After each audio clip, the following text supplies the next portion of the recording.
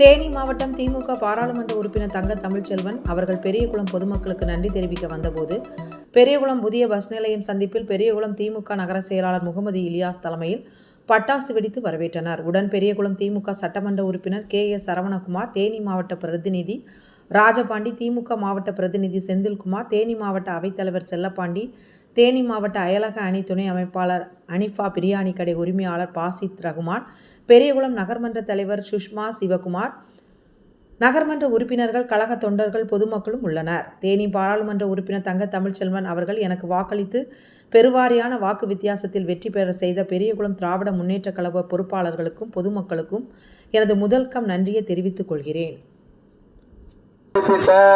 பெரியகுளம் நகர் கழகத்துடைய செயலாளர் அருமை சகோதரர் இலியாஸ், பெரியகுளம் பொறுப்பாளர்கள், நகர்மன்றத்துடைய தலைவர்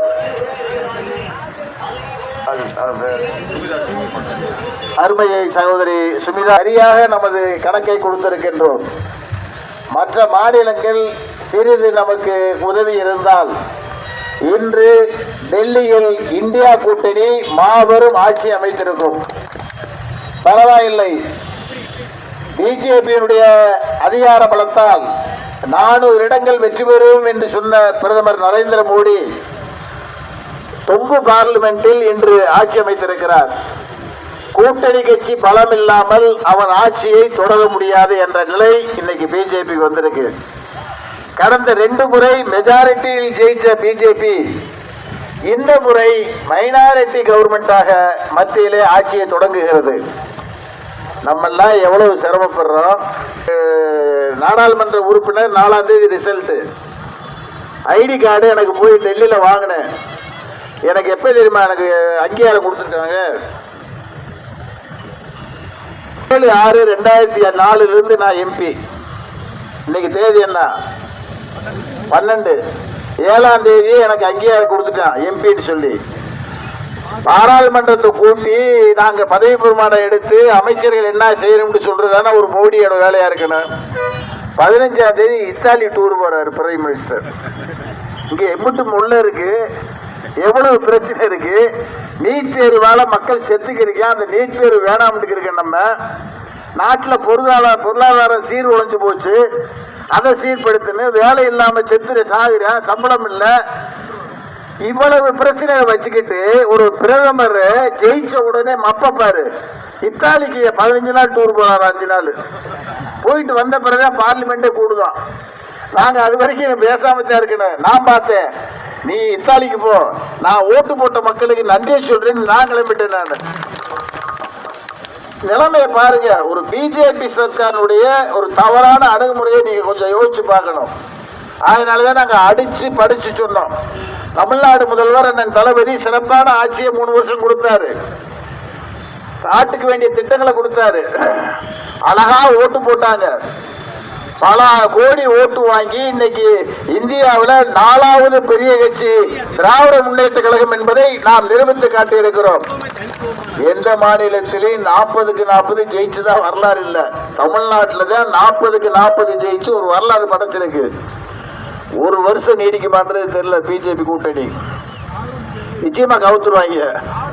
கவுத்த பிறகு நம்ம ஆட்சி இந்தியா கூட்டணி டெல்லியில வரும். வந்த உடனே தமிழ்நாட்டுக்கு வேண்டிய திட்டங்களை உங்கள் பாராளுமன்ற உறுப்பினர் முறையில் நான் பேசி வாதாடி நான் செய்ய வேண்டிய முதல் பணி என்ன தெரியுமா? நான் சின்ன பிள்ளையிலிருந்து நான் கேட்டுக்கிறது, எல்லா எம்பிக்களும் பேசுறது திண்டுக்கல் சபரிமலைக்கு ரயில் பாதை. என்னப்பா அன்னை ஓபிஎஸ் பேசினாரு, தினகரன் பேசினாரு, எல்லா பேரும் பேசினா. நடந்துச்சா? ஓபிஎஸ் பையன் பேசினாரு, நடந்துச்சா? நானும் கேட்டு காதெல்லாம் புடிச்சு போச்சுடா சாமி. என்னைக்கு நான் ரயில் பாதை வர்றது? நானும் இருந்து கேட்கிறேன்ப்பா, நீ எப்படி கேட்ட? நீங்க சொல்ல பாட்டி கேட்டு பாக்குறேன். ஒருவே இந்த திண்டுக்கல்லுக்கு தேனிக்கு மட்டும் கூடுறா எங்களுக்கு ரயில.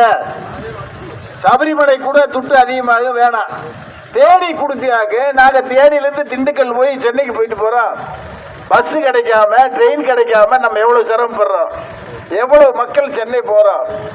எத்தனையோ இடங்கள்ல என்னென்னமோ திட்டத்தை போடுற. வாஜ்பாய்க்கு செலவைக்கிறதுக்கு 3000 கோடி ஒதுக்குற பிஜேபி, ஏண்டா இதுக்கு ஒரு 200 கோடி ஒதுக்க மாட்டேங்களா எங்களுக்கு?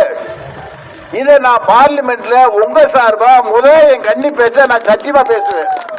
பேசுறதோட நிக்காம ரோட கொண்டு வர்றதே என்னுடைய முழு வேலையா இருக்கும். அதுக்கு பிறகு 2வது நான் செய்ய போற காரியத்தை உங்ககிட்ட சொல்லிடுறேன். உசிலம்பட்டிக்குள்ள நீ கார்லயே பஸ்லயே போனாக்க உசிலம்பட்டியை தாண்டி போறதுக்கு 2 மணி நேரம் ஆகும். என்னப்பா, ஆண்டிவெட்டிக்குள்ள போனாலும் நீ 1 மணி நேரம் கழிச்சு தான் வெளியே போக முடியும். தேனிக்குள்ளியும் அதே மாதிரிதான், போடிக்குள்ளியும் அதே மாதிரிதான். 4 இடங்களுக்கு பைபாஸ் சாலை வேணும்னு நானும் சின்ன பிள்ளையிலிருந்து பேசி பார்க்கிறேன். சட்டமன்றத்திலையும் பேசியிருக்கேன், நாடாளுமன்றத்திலையும் பேசியிருக்கேன். ஒருவே போட்ட பாடு இல்லை. கேட்டா திட்டம் ரெடியா இருக்கு, பணம் ரெடியா இருக்கு, போடுறோம்ன்ற இன்னும் போடல. இந்த 2 நான் இதையும் பாராளுமன்றத்தில் பேச போறேன். உங்கள் சார்பா மக்களால் தேர்ந்தெடுக்கப்பட்ட நாடாளுமன்ற உறுப்பினர் என்ற முறையில் நாடாளுமன்றத்தில் முதல் குரலாக திண்டுக்கல் சபரிமலை ரயில் பாதை இந்த 4 ஊர்களுக்கு பைபாஸ் சாலை வேண்டும் என்ற கோரிக்கையை வைத்து நிச்சயமாக நமது பகுதிக்கு வேண்டிய திட்டங்களை கொடுப்பேன். வாக்களித்த அனைத்து நல்ல உள்ளங்களுக்கும் நன்றியை கூறி உங்களுடைய ஆதரவு திராவிட முன்னேற்ற கழக கூட்டணிக்கு தொடர்ந்து இருக்க வேண்டும் என கேட்டு வாக்களித்து வெற்றி பெற்ற அனைத்து மக்களுக்கும் நன்றி கூறி விடைபெறுகிறேன். நன்றி, வணக்கம். தங்கத்தின் தங்கம், சிங்கத்தின் சிங்கம், ராஜாதி ராஜா, தேவியின் மாமன்னன், தங்க தமிழ்ச்செல்வன் எம்பி தனக்கு வாக்களித்த மக்களுக்கெல்லாம் நன்றி செலுத்தி கொண்டிருக்கிறார். உங்களை நாடி வந்து கொண்டிருக்கிறார். வணிக பெருமக்களே, வர்த்தக பெருமக்களே, ஆட்டோ ஓட்டுநர்களே,